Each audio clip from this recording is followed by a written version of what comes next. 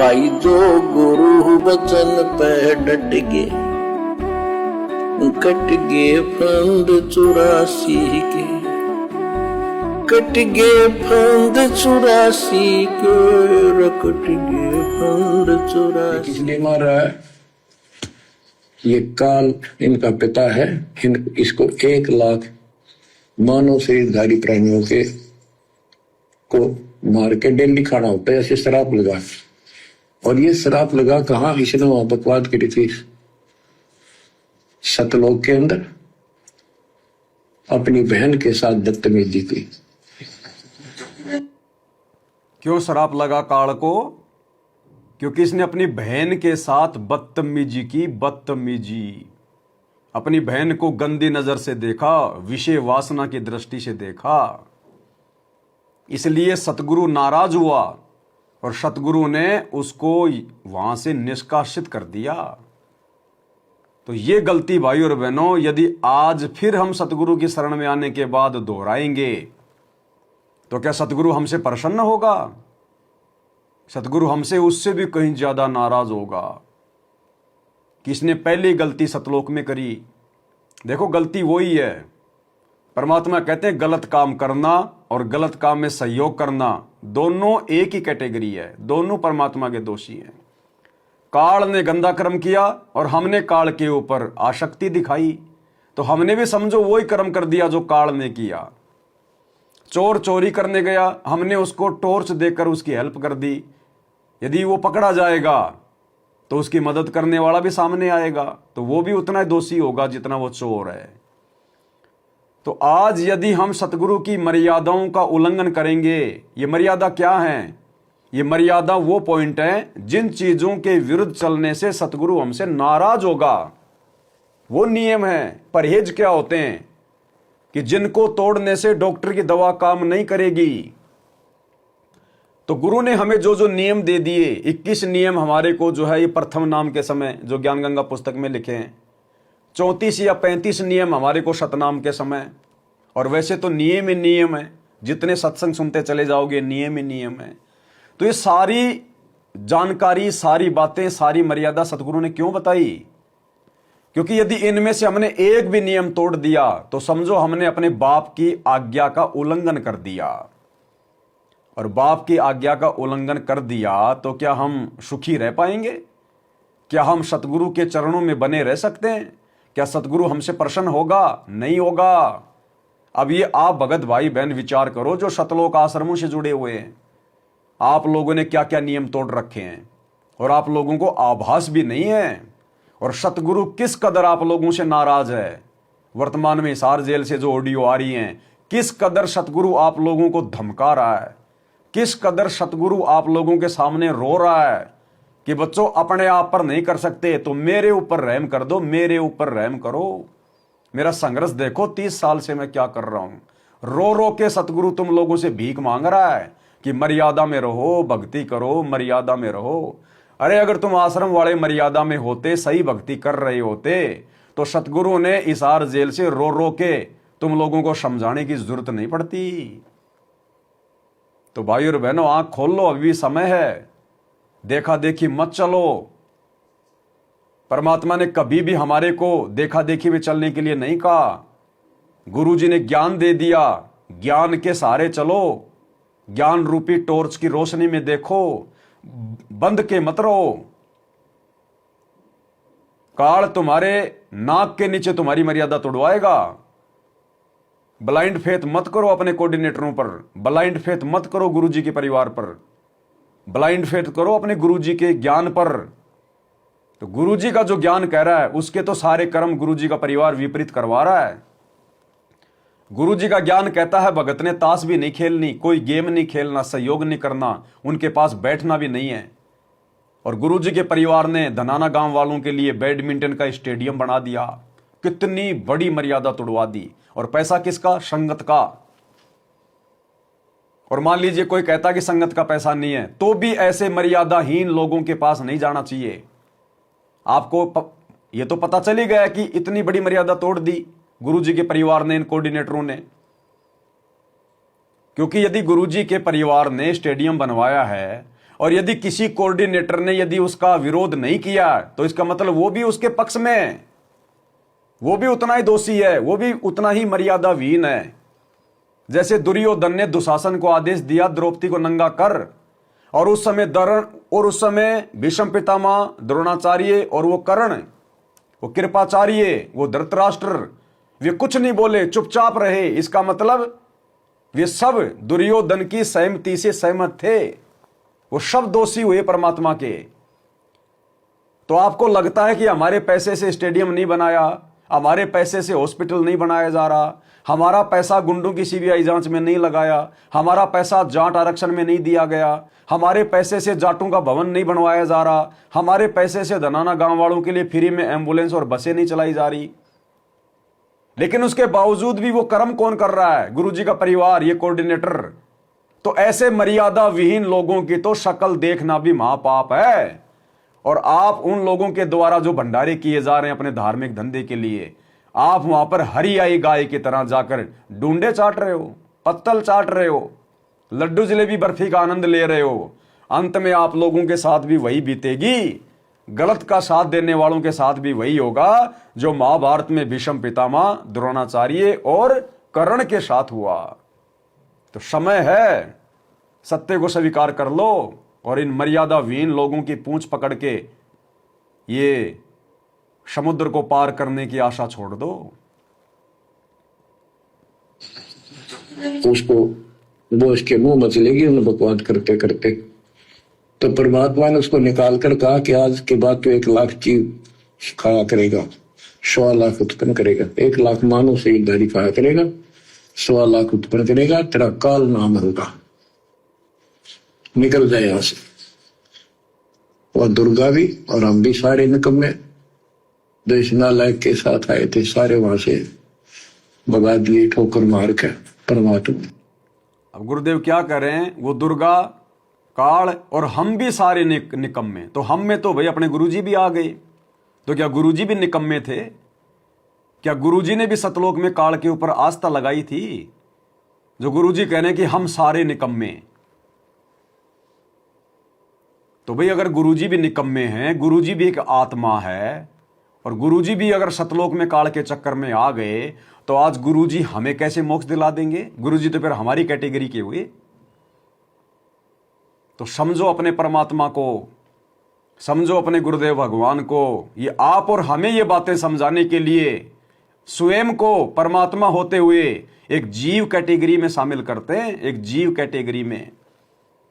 अन्यथा जो आत्मा वहीं काल के ऊपर आसक्त हो गई, और सतगुरु ने जिसको सजा दे रखी है, और आत्मा है तो बार बार मां के गर्भ से जन्म लेगी। तो जो खुद जन्म और मरण में है, वो भला हम भक्तों का जन्म मरण कैसे समाप्त कर देगा? तो सतगुरु के इन शब्दों को समझना चाहिए, पकड़ना चाहिए। सतगुरु यदि हम भक्तों के साथ अपना नाम जोड़ते हैं तो हम भक्तों जैसे नहीं हैं, आत्मा की कैटेगरी में नहीं है। ये तो आप और हमें समझाने के लिए सतगुरु इस प्रकार के शब्दों का प्रयोग करते हैं। तो समझो अपने सतगुरुदेव भगवान को, अपने परमात्मा को। निकल जाए यहां से। और दुर्गा भी और हम भी सारे निकम्मे जो इस नालायक के साथ आए थे, सारे वहां से भगा दिए ठोकर मार के परमात्मा। हम पापी है, अपराधी है, दुष्ट है, हम बहुत निकम्मे और नीच है। ये परमात्मा साथ में अपना नाम जोड़ के कि हम दुष्ट हैं, पापी हैं, निकम्मे हैं, नीच हैं, अपराधी हैं। गुरुदेव आप और हमें कह रहे हैं कि नालायको, तुम उस परमात्मा के यानी मेरे, तुम अपराधी हो, तुम दोषी हो, तुम पापी हो, नीच हो, दुष्ट हो, और वही दुष्कर्म तुमने यहां शुरू कर दिए मेरी शरण में आने के बाद भी। भाई और बहनों, इसार जेल से ही सतगुरुदेव भगवान किस कदर नाराज होकर, क्योंकि सतगुरु तो अंतर्यामी है ना, सतगुरु को तो सब कुछ पता है, अंतर्यामी है। तो इसार जेल से जो ऑडियो आ रही हैं, उनमें से एक ऑडियो मैं आपको सुनाता हूं। खुद गुरुदेव इन सतलोक आश्रम वालों के विषय में, कोऑर्डिनेटरों के विषय में।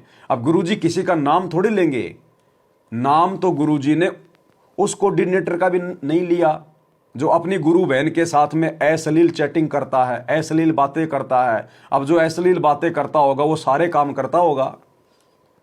तो नाम तो गुरुजी ने जानबूझकर अपने इस ऑडियो में उस कोऑर्डिनेटर का भी नहीं लिया, लेकिन ये सारे कुकर्म सब कर रहे हैं क्योंकि गुरुजी का डर नहीं, किसी को गुरुजी का भय नहीं कि गुरुजी तो जेल में बैठे हैं और गुरुजी का परिवार अपनी मस्ती में, अपनी मौज में, उसको तो पैसा चाहिए। गुरुजी का परिवार अगर संगत को मर्यादाओं में बांध के रखेगा तो आश्रम में जाएगा कौन, आश्रम में आएगा कौन?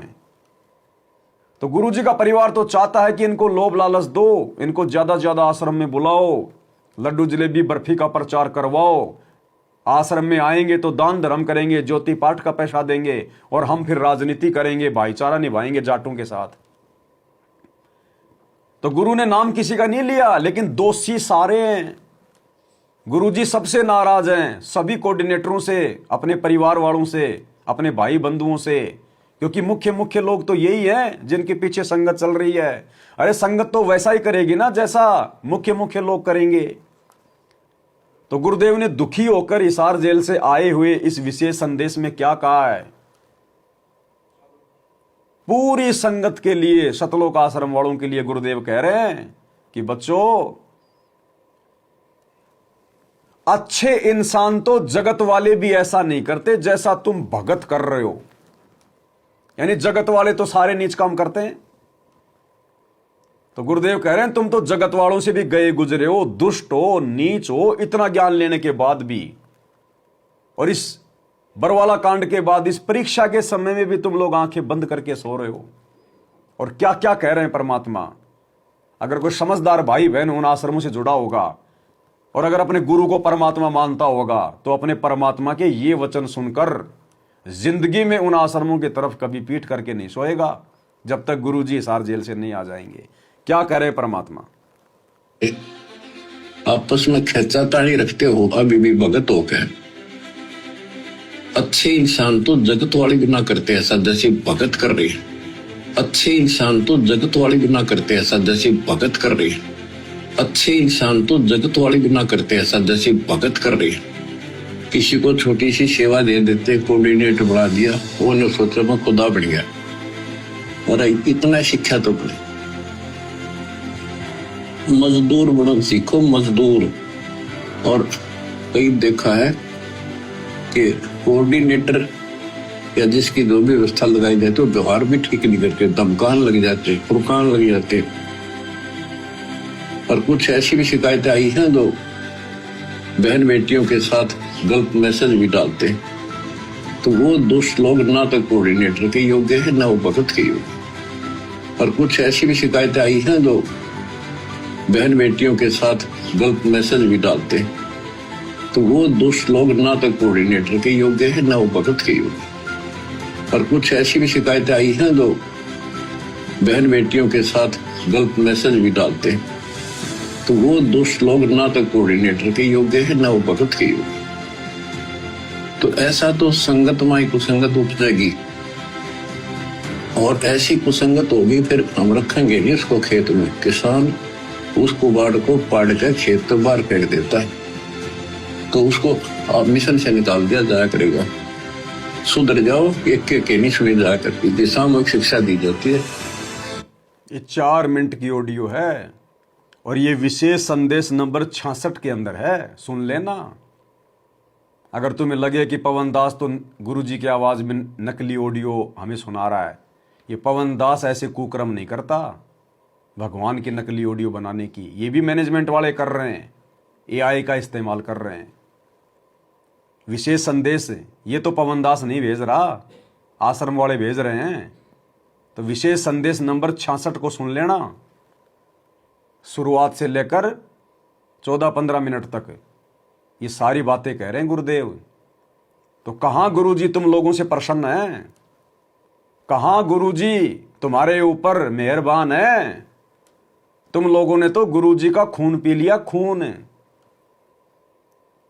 अरे सतलोक में परमात्मा को पहले हम नाराज करके आ रखे और यहां भी तुम उस परमात्मा को नाराज कर रहे हो इतना ज्ञान देने के बाद भी। सरेआम सत्संग में गुरुजी ने बोलना पड़ रहा है कि अच्छे इंसान तो जगत वाले भी ऐसा नहीं करते जैसा तुम भगत कर रहे हो। तो वर्तमान में सतगुरुदेव भगवान कह रहे हैं कि मेरे भगत तो जो आश्रमों से जुड़े हुए हैं जगत वालों से भी गए गुजरे। और यही तो हम सत्सेवक आप लोगों को समझा रहे हैं कि तुम किन लोगों के पीछे चल रहे हो, इन कोऑर्डिनेटरों के पीछे, गुरुजी के परिवार के पीछे। ये तो पहले से रिजेक्टेड है गुरुजी के द्वारा, बरवाला कांड से पहले ही परमात्मा ने इन सबको रिजेक्ट कर रखा है। तो भाई और बहनों, संकेतों को नहीं, कम से कम जो सीधे सीधे तौर पर जो बातें गुरुदेव कह रहे हैं कम से कम उनको तो सुनो। पवन दास की बात तो तुम्हें अच्छी नहीं लगती, लेकिन अपने बाप की बात तो कम से कम सुनो, ध्यान दो। क्या तुम्हारा बाप भी झूठ बोल रहा है?